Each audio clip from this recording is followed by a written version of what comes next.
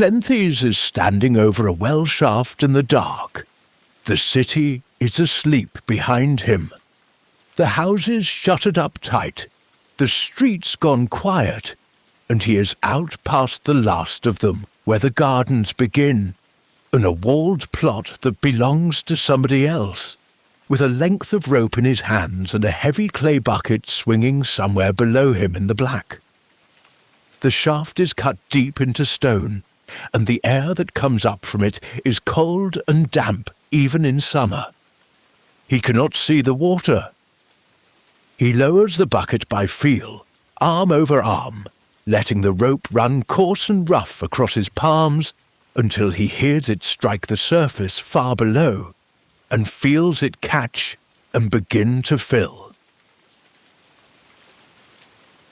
Then the weight comes, the real weight, the full dead pull of water that does not want to move, and he hauls it up, hand over hand, leaning back on his heels, the wet rope biting into the same calluses it wore in the night before, and the night before that. The bucket rising slow and heavy out of the shaft, dripping, swinging, scraping the stone lip as it comes until he can set it down on the packed dirt beside the well. The garden is dark around him. The beds are dry and waiting. He can smell the turned earth and the green of things growing in it, all of it somebody else's. And the only sound is his own breathing and the water settling in the clay. He lifts the bucket and carries it to the nearest bed and tips it out along the row. And the dry ground takes it and wants more, so he goes back. He goes back again and again, one slow trip to the well and one to the beds, in a garden he does not own, watering plants he will never eat, for a man who will stroll out in the morning sun and admire how green everything looks, and never once wonder who watered it or when. This is the deep part of the night, the hours when respectable people are under their blankets, and he is here, ankle-deep in somebody else's dirt with wet hands and a stiff back, and nothing ahead of him but more of the same until the sky begins to lighten. Tonight I am sitting in a quiet stand of old trees above a reservoir at Irishtown Nature Park, and there is water gathered here too, dark and still behind its earthen dam, held and going nowhere. Welcome to Sleepy Stoicism. I am glad you came and settled in. Maybe tonight is one of those nights where you put in your hours and nobody saw it. Or you are lying there sore and wondering if the daily grind is actually getting you anywhere at all. I want to tell you about this man at the well, because his name was Cleanthes, and he had come a very long way to end up in somebody else's garden, hauling water in the dark. And the way it turned out is worth hearing tonight. He came from a town called Assos, out on the far coast, a long way from Athens by water. Before he was anything else, he was a boxer, a pugilist, and he had the body for it, thick across the knuckles, heavy through the shoulders and the back, built for standing in front of another man and absorbing punishment and giving it back. The tradition says he arrived in Athens with 4 drachmas to his name, which was nearly nothing, barely enough to buy bread for a few days. He was not young. He was not smooth. He walked into one of the sharpest, most educated cities in the ancient world, with rough hands and a purse that was almost empty, because he had heard there was a man in Athens teaching something worth learning. The man teaching was Zeno, and he held his school out in the open, under a long covered colonnade at the edge of the Athenian marketplace. The colonnade had old battle paintings running along the wall. Behind where Zeno stood, faded scenes of soldiers and ships, and the afternoon light came in under the roof and fell across the worn stone floor where the students gathered to listen. People called it the Painted Porch. And the men who came were mostly young and well off, sons of established families wearing clean cloaks and good sandals, with soft uncalloused hands and whole days free for thinking. Philosophy was something you could afford when your bread was already paid for. And into the edge of that group walked this older ex-fighter from across the sea, broad and weathered, with hands that had been broken and healed and broken again, standing a little apart from the rest, and listening with everything he had. You can picture it easily enough. You have probably stood at the edge of a room like that yourself, feeling like the one person who came in through the wrong door, trying not to show it. But Cleanthes did not leave. He heard what Zeno was saying, and he wanted it badly enough to solve the one problem that stood between him and the porch, which was the oldest practical problem in the world. How to keep eating while you do the thing you came to do. He could not study during the day and earn during the day both. His days had to belong to Zeno if the learning was going to take. So he made a plain arrangement with himself. He would take the night. He would find whatever heavy, low-paid labor he could get in the dark hours, the kind of work nobody with money or a reputation wanted, and he would use it to buy himself one more morning under the colonnade. It was not a plan with any guarantee behind it. It was just the only arrangement available to a broke man who wanted to keep learning. And he took it without complaint, and went looking for someone who needed water hauled after dark. So picture the city after dark. The marketplace has emptied out and gone quiet. The last of the oil lamps in the windows have been put out one by one, and the wide streets that were full of people and noise by day are empty now. The paving stones still holding a little of the afternoon's warmth. And out past the edge of town, in the private walled gardens of people with money, there are deep stone cisterns and wells sunk down into the cold ground, and the beds and planted lines need to be watered, or the plants die in the summer heat. That was the work. Night after night, Cleanthes went out there alone, lowered the bucket into the dark, felt it fill and go heavy, and hauled the whole dead weight of it back up by rope. There was a rhythm to it that wore into his body. Lower the bucket, wait for the strike, feel the pull, haul, carry, pour, walk back. And the garden drank the water and asked for more, because the ground is always thirstier than you want it to be, and the well is always deeper than you remember. His shoulders bore the ropework, and his hands bore the calluses, and the wet clay bucket swung against his shins as he walked. And the whole time the only company he had was the dark and the slow drip of water on stone, and the distant sound of a dog barking somewhere across the rooftops.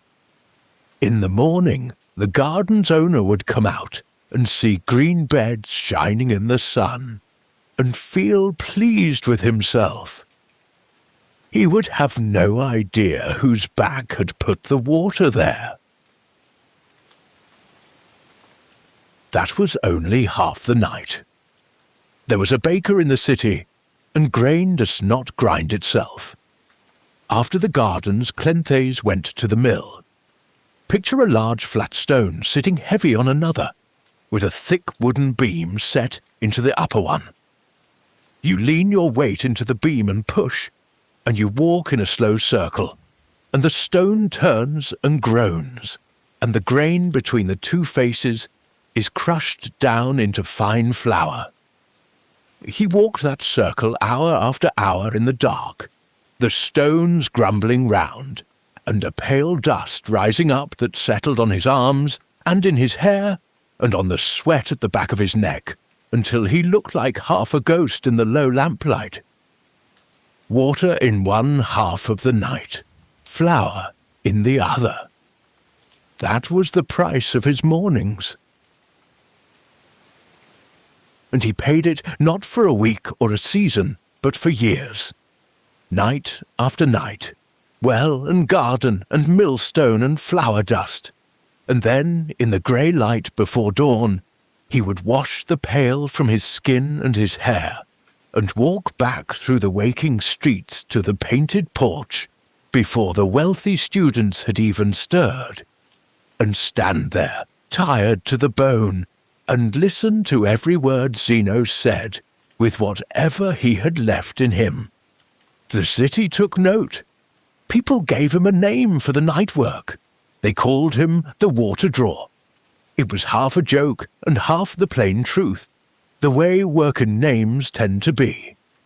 He was the man who hauled the water up out of the dark while everyone else slept. Now here is the thing I want you to sit with for a moment before we go on. Cleanthes was not living two separate lives. A working life down at the well, and a thinking life up at the porch. One of them real, and the other something he squeezed in around the edges. It was a single life, with two kinds of labour running through it.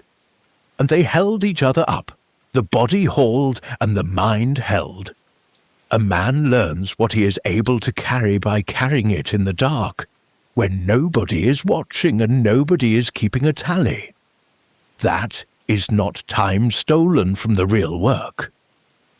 On some nights that is the real work, the whole of it, one bucket at a time. Word gets around in a city, though, and not always with goodwill behind it. Here was a man who spent every day standing about in a public colonnade, listening to a philosopher, apparently owning nothing, working no trade that anyone could see during daylight hours. Some of the city magistrates decided that looked wrong. A grown man with no visible source of bread, they reasoned, must be idle, or a fraud, or living off somebody else in a way that the law did not approve of. So they hauled him in. They summoned Cleanthes to answer for himself before the Areopagus, the oldest and most serious court in Athens, a council of elders that sat on bare stone up on a low hill west of the marketplace, where the city's gravest matters were judged under open sky. Picture the weight of that for a moment. You are standing on worn limestone in front of a half-circle of elder judges sitting on stone benches cut into the rock, and the whole authority of the city is looking at one plain man. Below you the rooftops and the market stalls slope down toward the agora. Above you there is nothing but sky and the bare hillside. And the question the court is asking is as simple and dangerous as it gets. How do you live? Where does your bread come from? If the answer does not satisfy them, the consequences are real. And Cleanthes, who could have talked fast or scrambled for an excuse or begged for mercy, did none of that. He asked the court to send for two people. Not a wealthy patron, not a man with a name that would carry weight on that panel. He asked them to bring the gardener whose beds he watered at night, and the woman at the bakery whose grain he ground. Two ordinary working people who had never stood before the Areopagus in their lives. And these two came up the hill and stood before the great court on the bare stone and told the plain truth. Yes, they said, they knew this man. He came in the dark every single night, and drew the water, and turned the stone, and did honest heavy work for honest wages, and never once shirked a shift. That was where his bread came from. His own 2 hands in hours nobody else was awake to see. And the court, which had expected to find some layabout or some cheat, sat there and looked at the size of his hands, and the calluses ground into them, and understood that they were looking at about the hardest working man in the whole city. They were so impressed that they voted, then and there, to give him a public gift of money. 10 minae, a real sum, enough to change the shape of his daily life considerably. The details come down a little differently depending on who is telling the story. But what holds steady across every version is the end of it. Cleanthes turned the money down. He would not take it. He did not want to be a man who was rewarded for being poor, and he did not want to owe his comfort to anybody's admiration or anybody's pity. He wanted to go on earning his own bread with his own back and staying no man's debtor. The well was still there. The mill was still there.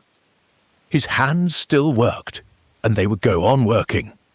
And that independence, the plain fact of owing nothing to anyone and being beholden to no one's charity, was worth more to him than every coin the court had offered.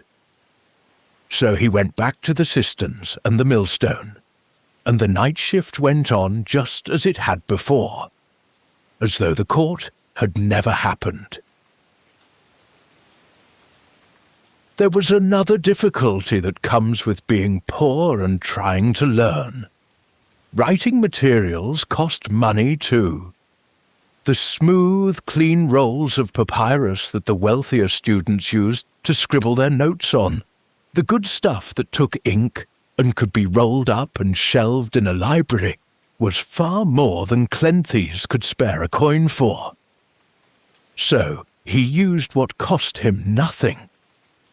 He wrote Zeno's lectures on broken pottery, the hard curved shards you would kick aside in any alley, and on the flat, broad shoulder blades of oxen, the kind of bone the butchers tossed into the gutter. After his shifts he would sit by whatever low light he could find, and scratch down what Zeno had taught that day, word by careful word, onto clay and bone. The quicker students found this very entertaining. Here was the slow old fighter hunched over a bone in bad light, scratching out his notes because he could not keep up, could not afford decent materials, could not fire off a clever remark the way they could. They called him a donkey, an ass, slow and plodding and dull. And Cleanthes, who never seemed to lose his good humour about any of it, agreed with them cheerfully. Yes, he said, I am the donkey, I am the ass, but I am the only one here whose back is strong enough to carry Zeno's load the whole way and never drop it. And there was not much anyone could say to that, because the man was simply telling the truth. Tell me where you are hearing the episode, and what time it is there. I read every one, and if you'd like to find your way back here, follow the show. Think of it as leaving a lamp lit in the window for yourself. The sleep routine I use is written in the description. It is simply what I use, never a promise. Now back to Cleanthes, the donkey, and the ox bones. I have always liked that answer, and not just because it has a little edge to it. I like it because it says something honest about a thing the quick-witted tend to forget. Being fast is not the same as being able to hold the weight. The clever students tossed off their bright lines and drifted away and were forgotten. Cleanthes, the slow one, the donkey, kept the full load on his back and walked it all the way home without setting it down. And every word he scratched onto a shard or an old shoulder blade was a word that survived. The whole of it might have been lost. It was not lost, because a man who could not afford paper thought it was worth saving on rubbish. He stayed with Zeno for 19 years. 19 years of days under the colonnade, and nights at the well and the mill, learning the whole system, the logic and the physics and the ethics of it, holding the whole of it in that patient steady head of his, while his body went on hauling and grinding and wearing down. The porch changed around him. Young students came and left, and were replaced by other young students. The battle paintings on the wall faded a little more with each summer, and Cleanthes kept showing up, morning after morning, year after year, the one man in the room who had been there longer than anyone, and who had never once stopped paying the full price for his seat. And when Zeno grew old and died, the school needed someone to stand where the teacher had stood and keep the thing alive. They did not hand it to one of the quick young aristocrats. They handed it to the water drawer, to the donkey. Cleanthes became the second head of the Stoic school, and he led it for 32 years. 32 years standing in that same colonnade, where he had once stood at the edge with nothing, teaching under the same faded paintings, watching generation after generation of students come and sit and leave and be replaced. He was not the sharpest original mind who ever held the chair.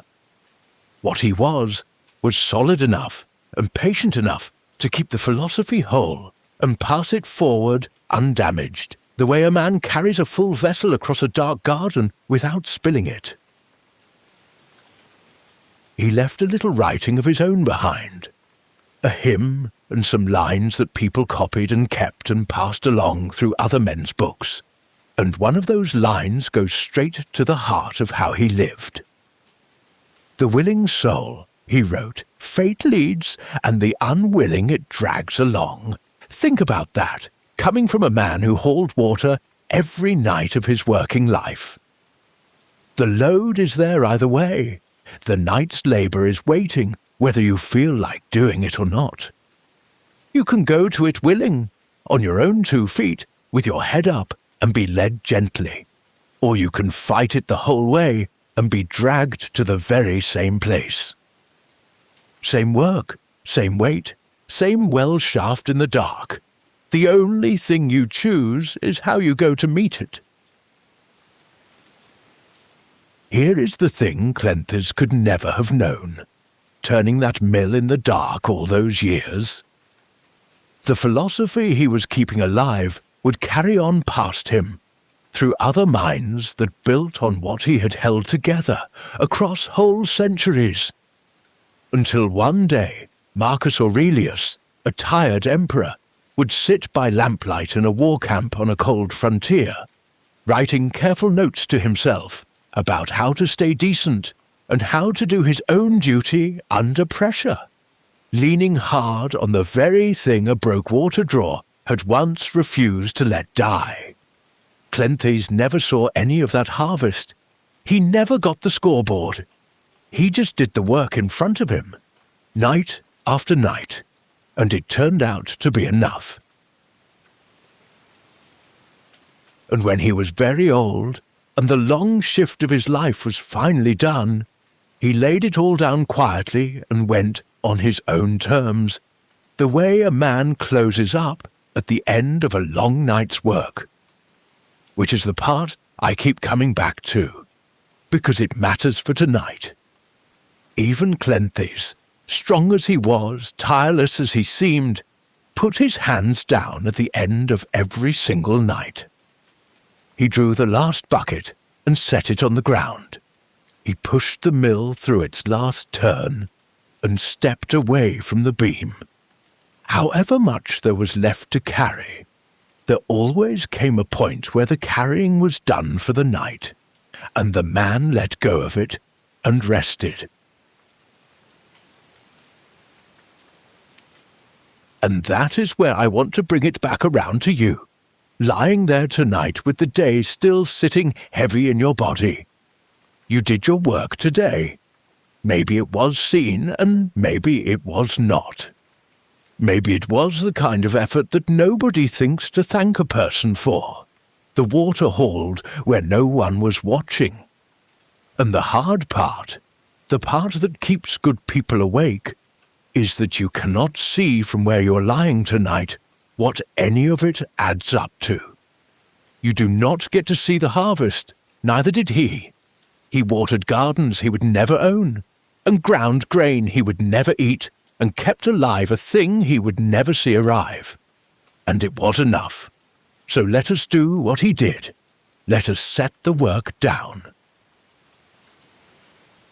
Here is a simple sorting for the end of the day. There are 2 piles. Into the first pile goes everything you actually did today. The effort itself, the hours you showed up for, the care you took when it was not required of you. The times you kept going because something needed doing and you were the one standing there to do it. That pile is yours. It has your name on it and nobody can take it from you. It is already finished tonight, complete whatever tomorrow decides to do with the results. It does not depend on whether anyone noticed, or whether you are ahead of or behind the person next to you. The effort is yours, and it is done. Into the second pile goes everything else, the outcomes. Whether it worked the way you wanted, whether anybody saw, whether the grind is adding up to something you can measure or point at, whether you are gaining ground or falling behind. All of that goes into the second pile. And here is the whole quiet truth of it. That pile was never yours. It never was. You cannot hold the results any more than the water drawer could own the garden. What was in your hands was the work, and you did the work. So keep the first pile. Set the second one down gently, the way you set a heavy bucket on the ground when the carrying is finished, and let the rest go. Set the tools down now. Let your hands go first, the way his did at the end of every night. They have been gripping and holding and lifting all day long. Let them open. Let them lie still, empty and heavy. There is nothing left to carry tonight. The last bucket is up. The last stone has turned. Whatever weight was on you today, you are out from under it now. And the bed is taking the full load of you, the whole of you, so that your body does not have to hold itself up any longer. You are allowed to stop.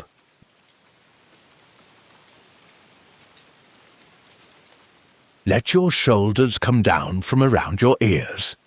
Let your back, the back that carried the day, go soft against the mattress, and let it take what you have been holding.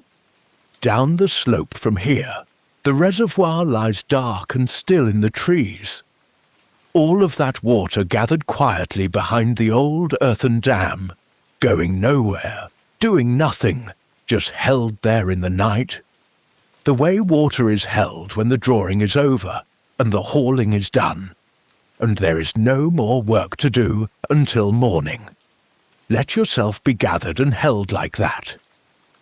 Still, quiet, the surface unbroken, nothing being drawn up, nothing being poured out, nothing left that needs grinding down.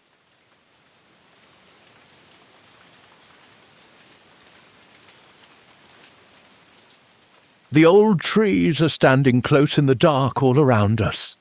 the hemlocks and the pines, patient and breathing slow, their branches holding the quiet the way a roof holds a room. You went to your work willing today. You met the load on your own 2 feet, and you carried it the whole way without setting it down. That is finished now. There is no willing and no dragging left tonight, only rest, and the night is wide and unhurried, and it will hold you the whole way through, the way it held that quiet man in the hours between his shifts when the rope was put away and the millstone was still. Let your breathing go long and easy. Let the day drift a little further off with each one.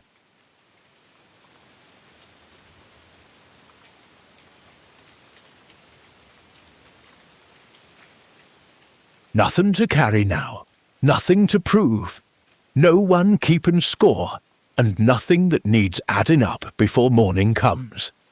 The work is already in the pile with your name on it, and it is enough. It is done. The rest is set down in the dark where it belongs. You are allowed to be this tired, and this quiet, and this still.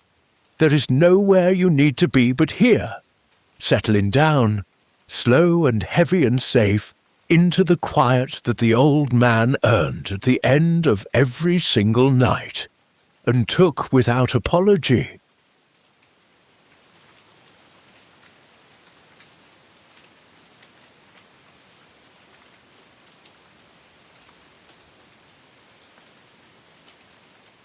The bucket is drawn up, and the bucket is set down. The stone has turned, and the stone is still. The flour is ground, and the grinding is finished. The water is poured out, and the well is quiet. Your hands have carried, and your hands are open. The work is in the pile with your name on it. It is enough, it is done.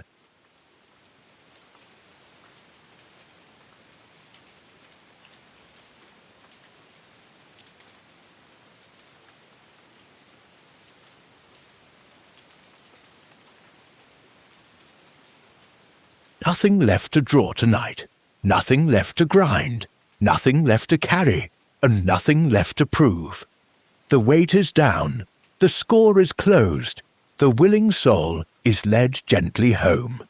The water is held dark and still behind the old dam, and you are held the same way.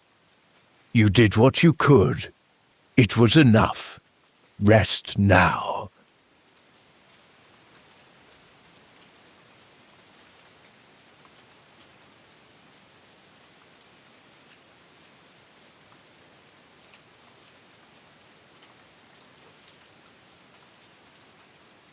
The bucket is drawn up, and the bucket is set down. The stone has turned, and the stone is still. The flour is ground, and the grinding is finished. The water is poured out, and the well is quiet. Your hands have carried, and your hands are open. The work is in the pile with your name on it. It is enough, it is done.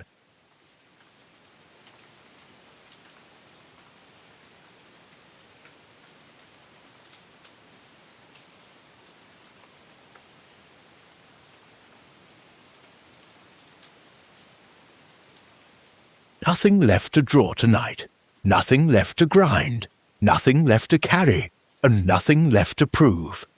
The weight is down, the score is closed, the willing soul is led gently home.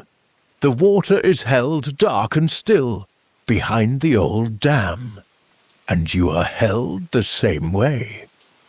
You did what you could. It was enough. Rest now.